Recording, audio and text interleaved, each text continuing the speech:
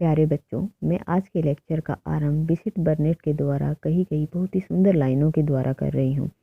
आखिर हम मनुष्य ही तो हैं और हमें यह स्वीकार करने में लज्जा नहीं होनी चाहिए कि हम ज्ञान में प्रगति करते जा रहे हैं।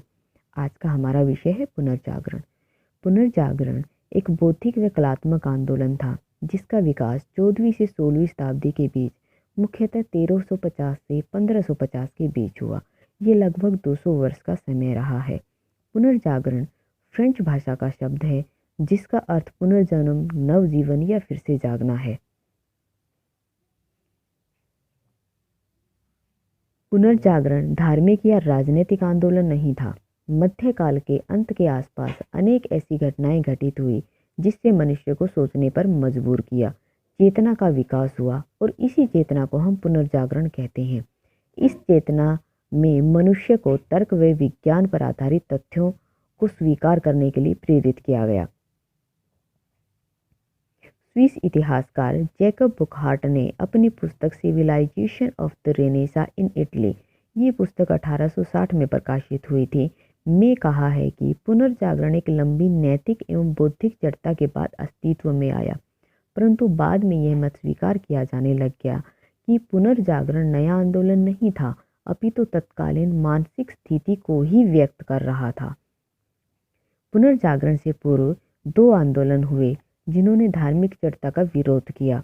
एक तो 9वीं शताब्दी में हुआ और दूसरा 12वीं शताब्दी में। 9वीं शताब्दी में हुआ उसका नाम है कैरोलिंगियन पुनर्जागरण। इसमें लैटिन साहित्य का समुचित अध्ययन शुरू हुआ। दूसरा पुनर्जागरण 12वीं शताब्दी में हुआ जिसमें मानववादी विचारों पर जोर दिया गया। उस समय फ्रेडरिक द्वितीय ने धार्मिक संकीर्णता का पुरजोर विरोध किया। उनके संरक्षण में सिसिली में, जो कि इटली में स्थित है, में बौद्धिक व साहित्यिक वातावरण का सृजन हुआ। मध्यकालीन समय में यूरोप में राष्ट्रीय राज्यों का उत्थान हो रहा था, सामंतवाद का पतन हो गया था, प्राचीन साहित्य का अध्ययन शुरू हो गया था, नए व्यापारिक मार्गों की खोज हो गई थी, पूंजीवाद भी अस्तित्व में आ चुका था, बारूद का आविष्कार हो गया था। ये सभी घटनाएं तत्कालीन समाज की गतिशीलता को परिलक्षित करती हैं। मूलतः यह एक संक्रमण का काल था। संक्रमण का मतलब है कि एक अवस्था से दूसरी अवस्था में जाने को तैयार।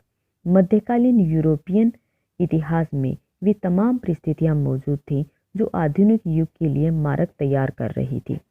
पुनर्जागरण को गति देने के लिए नई खोजों का भी महत्वपूर्ण योगदान रहा है। ये खोज दो प्रकार से हुई, एक तो नई दुनिया की खोज और दूसरी मानव की खोज। नई दुनिया की खोज ने यूरोप को अमेरिका, अफ्रीका, ऑस्ट्रेलिया व एशिया से जोड़ दिया और दूसरा महत्वपूर्ण खोज थी मानव की खोज, जिसके द्वारा मध्यकालीन पोपशाही को अस्वीकार कर स्वतंत्र व विकसित दृष्टिकोण का सूत्रपात किया गया।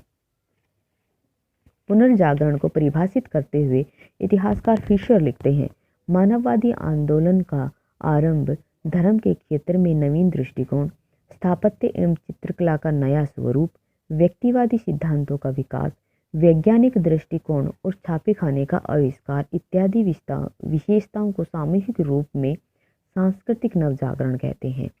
इतिहासकार सीमेंट पुनर्जागरण की व्याख्या करते हुए लिखा है कि यह एक आंदोलन था जिसके द्वारा पश्चिम के राष्ट्र मध्य युग से निकलकर आधुनिक विचार तथा जीवन की पद्धतियों को ग्रहण करने लगे। इस प्रकार इन व्याख्याओं के आधार पर हम कह सकते हैं कि पुनर्जागरण एक ऐसा उदारवादी काल था जहां नई सोच व नए विचारों को परीक्षण व तर्क के आधार पर स्वीकार करना सीखा। स्वर्ग की अपेक्षा मानव जीवन को उपयोग व सरल व सहज बनाने का प्रयास किया गया। कला को धर्म व राजशाही से मुक्त करके आम जीवन से जोड़ा गया। गद्य, पद्य, कथा, कहानी में मानव की संवेदनाओं और भावनाओं को स्थान दिया गया, जिससे मनुष्य मध्यकालीन बंधनों से मुक्त होकर स्वतंत्र चिंतन की ओर अग्रसर हुआ। पुनर्जागरण का आरंभ सबसे पहले इटली में हुआ। इसके बाद इसका विस्तार जर्मनी, इंग्लैंड, फ्रांस आदि यूरोपीय राष्ट्रों में हुआ। इटली का समाज उदारवादी था। इटली एक समृद्ध देश था एवं यहाँ व्यापार भी खूब फला फूला। इसका एक कारण था कि मध्यकाल में अरब व्यापारी एशिया से सामान लाकर इटली में बेचते थे, फिर यह सामान यूरोप में जाता था। इसलिए ये शहर व्यापारिक केंद्रों के रूप में उभरे। इन्हीं व्यापारिक गतिविधियों के कारण नेपल्स, मिलान, फ्लोरेंस जैसे शहर अस्तित्व में आए। अतः संपर्क और विचार विनिमय ने एक दूसरे के विचारों को ग्रहण करने की क्षमता को विकसित किया। इससे इटली वासियों का दृष्टिकोण व्यापक होता चला गया। इटली के अंदर व्यापारी वर्ग इतना प्रभावशाली हो गया था कि उसने सामंतों व पोप की परवाह करना बंद कर दिया था।